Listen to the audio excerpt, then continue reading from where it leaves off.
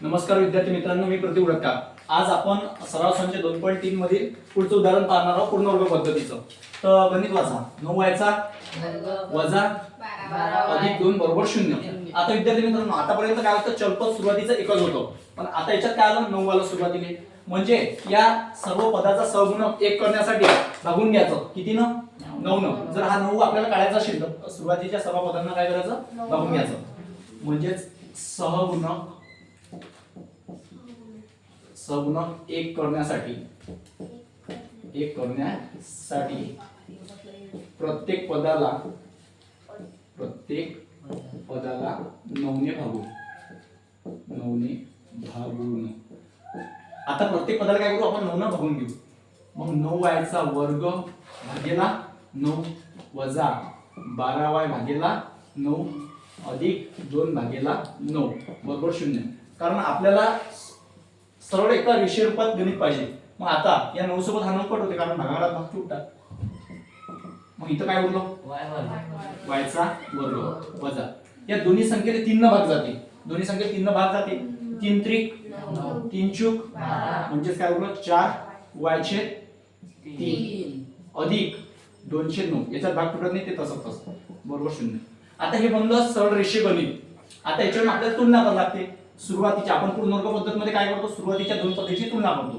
म्हणजेच y चा वर्ग वजा 4/y म्हणजे 4y/3 ची तुलना y चा वर्ग वजा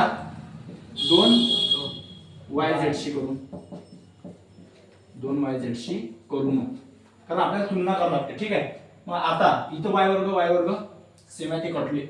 तिकडे काही तिकडचं पद आपण इकडे घेतो वजा 2yz बरोबर, आणि इथं काय उरले वजा 4y/3। मग आता विद्यार्थी मित्रांनो, याच्यात y सेम आहे काय, याच्यात आणि याच्यात y कटले। इथं काय उरलं फक्त वजा 2z बरोबर, आणि इकडे काय उरले वजा 4/3। आता या दोनच्या खाली काही नसते, म्हणजे 1 असते, कारण प्रत्येक नैसर्गिक संख्येच्या छेदस्थानी किती असते 1। मग आता हे भागाकारात आहे, तिकडे गेल्यावर गुणाकारात रूपांतर होते। म्हणजेच याच्यावरून z ची किंमत निघते आपल्याला वजा 4/3 त्याच्या जागेवर हे भागाकारात आहे, गुणाकारात पलटी मारून टाका। म्हणजेच काय 1 याला छेद वजा 2। मग इथे वजा कटले, भाग तुटते, बे 1 बे 4। म्हणजेच z ची किंमत काय भेटली आपल्याला 2/3। पण आपल्याला काय पाहिजे, पूर्ण वर्ग। मग z चा वर्ग बरोबर 2/3 चा वर्ग। मग 2 चा वर्ग विद्यार्थी मित्रांनो किती 4 आणि 3 चा वर्ग किती 9। म्हणजे 4/9 आपल्याला काय भेटला, पूर्ण वर्ग भेटला। आता याच्यावरून आपण पुढची प्रोसेस तयार करू शकतो। पहा विद्यार्थी मित्रांनो, आता आपला पूर्ण वर्ग बनलेला आहे 4/9, तो एक अधिक न आणि एक वजा न। मग y वर्ग वजा 4/3y अधिक 4/9 वजा 4/9 अधिक 2/9 बरोबर 0। आता आपण पहिले काय करतो, पूर्णवर्ग पद्धतीमध्ये 3 चा गट आणि शेवटचा 2 चा गट। मग आता आपलं ट्रिक्स वर्गमूळ चिन्ह वर्गमूळ, y चं वर्गमूळ y, दुसऱ्याचं चिन्ह वजा, तिसऱ्याचं वर्गमूळ 4 कशाचा वर्ग आहे आणि 9 कशाचा वर्ग आहे, त्याचा वर्ग वजा। जेव्हा कंसाच्या बाहेर वजा चिन्ह असेल तेव्हा आतील चिन्ह बदलते। 4/9 हे अधिक आहे वजा 2/9 बरोबर 0। आता इकडे लक्षात घ्या, y वजा 2/3 त्याचा वर्ग वजा, आता इथं काय झालं, छेद समान आहे। मग 4 मधून 2 गेले, अशा वेळेस वरची वजा होती, 4 मधून 2 गेले 2 राहिले, छेदात एकदाच लिहा किती, त्याचा वर्ग बरोबर 0। आता हे साइड अशीच y वजा 2/3 त्याचा वर्ग वजा। आता विद्यार्थी मित्रांनो, 2 कशाचा वर्ग आहे काय नाहीये, 2 टाक्याचे वर्गमूळ याला छेद, पण 9 वर्ग आहे कशाचा 3 चा, याच्यावर वर्ग बरोबर 0। आता या सूत्राचा वापर करून आपल्या a चा वर्ग वजा b चा वर्ग या सूत्राचा वापर, म्हणजेच काय a अधिक b a वजा b या सूत्राचा वापर होत असते।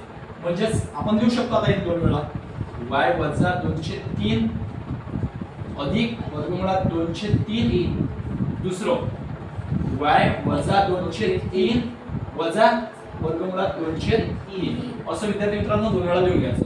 त्याच्यानंतर आता आपण याच्याकडून y ची किंमत काढू शकतो, म्हणजेच y बरोबर आता हे वजा 203 आहे, तिकडून गेल्यावर काय होईल अधिक 203, आपण ते 203 देऊ शकतो. 203. त्यानंतर अधिक आहे तर वजा वर्गमुळात 203 एक उत्तर. त्याच्यानंतर दुसरं पहा. त्यानंतर y बरोबर हे वजा 203 आहे, तिकडून गेल्यावर काय होती अधिक 203 म्हणजेच 203. आणि इथं चिन्ह कशाला आहे, तिकडून गेल्यावर काय होते अधिक वर्गमुळात 203. आता याच्यावरून y ची किंमत काढणं सहज सोपी आहे. मग इकडे लक्षात घ्या 2 वजा वर्गमुळात 2 याला छेद समान आहे, एकदाच लिहा किती 3. हे एक उत्तर. आणि दुसरं पहा y बरोबर 2 अधिक वर्गमुळात 2 याला छेद एक असते 3. हे दुसरं उत्तर. अशा प्रकारे आपल्याला वर्ग समीकरणाचे मुळे मिळून जातील. धन्यवाद.